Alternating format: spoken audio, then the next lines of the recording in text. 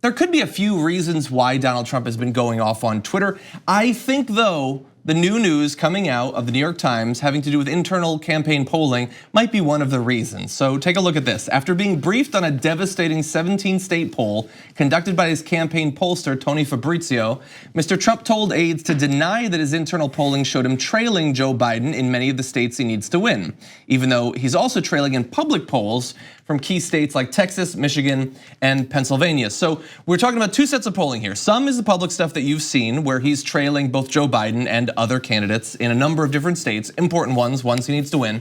And then the others are the internal polls that his campaign is spending a lot of money to conduct. Those ones we don't have direct access to, only the leaks. But we do know that he's apparently not happy with the results. That section finishes by saying, when top line details of the polling leaked, including numbers showing the president lagging in a cluster of critical Rust Belt states, Mr. Trump instructed aides to say publicly that other data showed him doing well. And we're going to show him showing them how to do that in a second.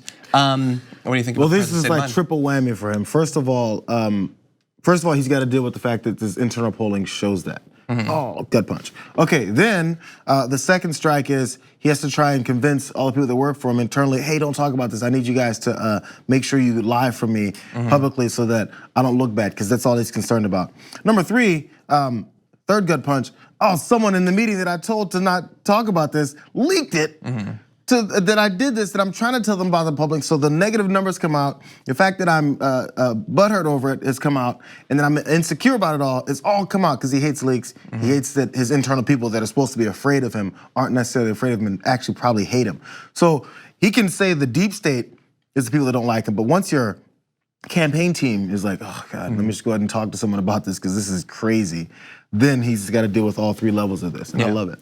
And a million more needless caveats. The leaks, we don't know who they are. They could be lying, I guess. And we're supposed to always assume that Donald Trump is playing 3 or 4 or 5-dimensional chess. Maybe he's dispatched these leaks to tell us that the polling is showing him losing, even though the polling shows him winning, because he wants everyone to get complacent for the next year and a half so that he can cruise through to victory. Wait a second, the good news is probably that currently he's down in these polls, but then as soon as he unveils this policy, his political platform for the next term, it'll all turn around, right? I think I know what that platform is going to be. I think I've been hearing about it for a few years. So this is the reporting from the New York Times. Let's go directly to the most powerful man in the world who had this to say: the fake news has never been more dishonest than it is today. I have a feeling tomorrow it'll be more dishonest from your point of view. Thank goodness we can fight back on social capital media. Their new weapon of choice is fake polling, sometimes referred to as suppression polls. They suppress the numbers. Had it in 2016, but this is worse. The faked, corrupt news media said they had a leak into polling done by my campaign, which, by the way, and despite the phony and never-ending witch hunt, are the best numbers we have ever had. They reported fake numbers that they made up and don't even exist. We will win again. So first of all, I think that if he's going to do internal polling in the future, he should just have Rasmussen do it, because that at least will put his mind at ease a little bit. It's possible. It's possible that the leak was lying. It's possible that reporters at the New York Times just made up polling data, and all the public polls, including ones that we're gonna show you, are all just made up. That's possible. Think about how exhausting it is to work with someone who denies reality and the truth. Or maybe they're in the position where they can actually change those polls or change people's opinions about them, and you work for them to help them do that, yet the response is always, hey, cover it up, don't say anything, do this, do that. Imagine getting up in the morning at 6 a.m. and you gotta go and work with this guy. And you're like, oh. So we had some truth hit us the other day and we have to do something about it. But instead the solution from our dear leader is ignore it, lie about it, say it isn't true. Well, and I saw that in real time today, where this morning Kellyanne Conway was on the news and she was saying that the polling shows them dominating and it's never been better.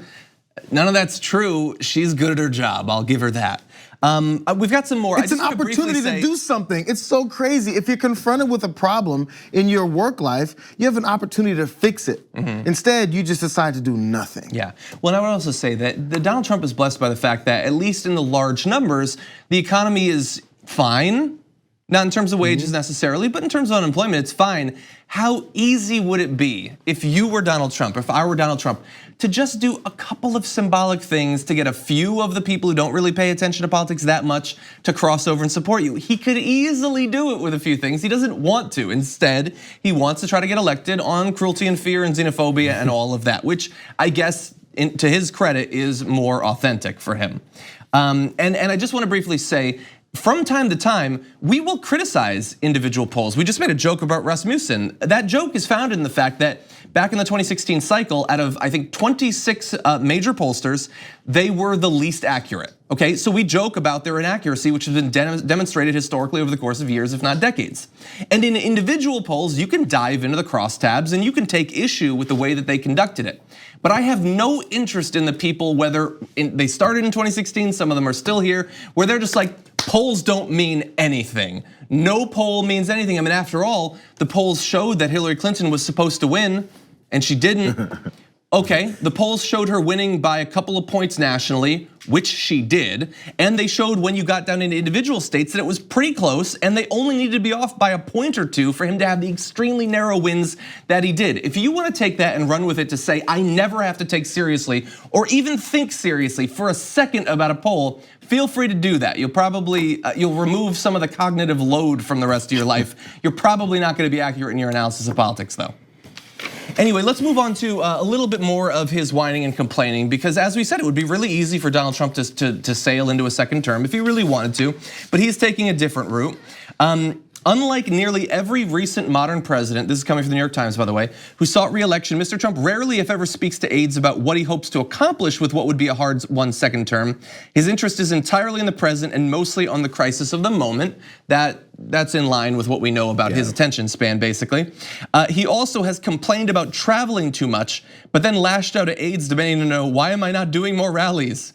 He insists on having final approval over the songs on his campaign playlist, as well as the campaign merchandise, but he has never asked to see a budget for 2019. So all of this is just, it's as flailing as one of those inflatable arm flailing tube men that you see outside of car sales and stuff. It's like, I don't want to travel, I'm really tired, get me to Miami, I want to go to Boca or whatever.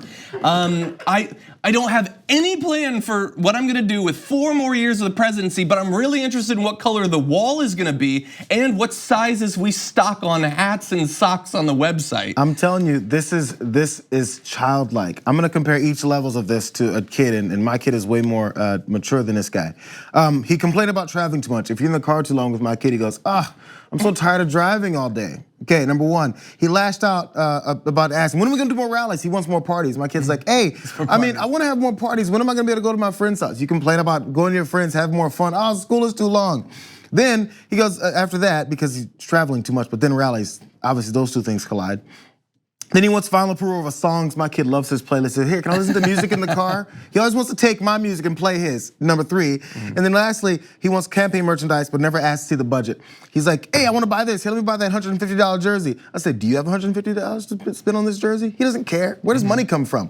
He's a child. It's every element of way he approaches his campaign, his life, his presidency is like a kid. Yeah. Except when someone says, hey, Donnie, it doesn't work that way, he just falls on his back and starts screaming. At least mine goes, okay, that makes sense. Thanks for watching this free clip of the Young Turks. Don't forget to become a TYT member today. For more exclusive content, join now at tyt.com/join.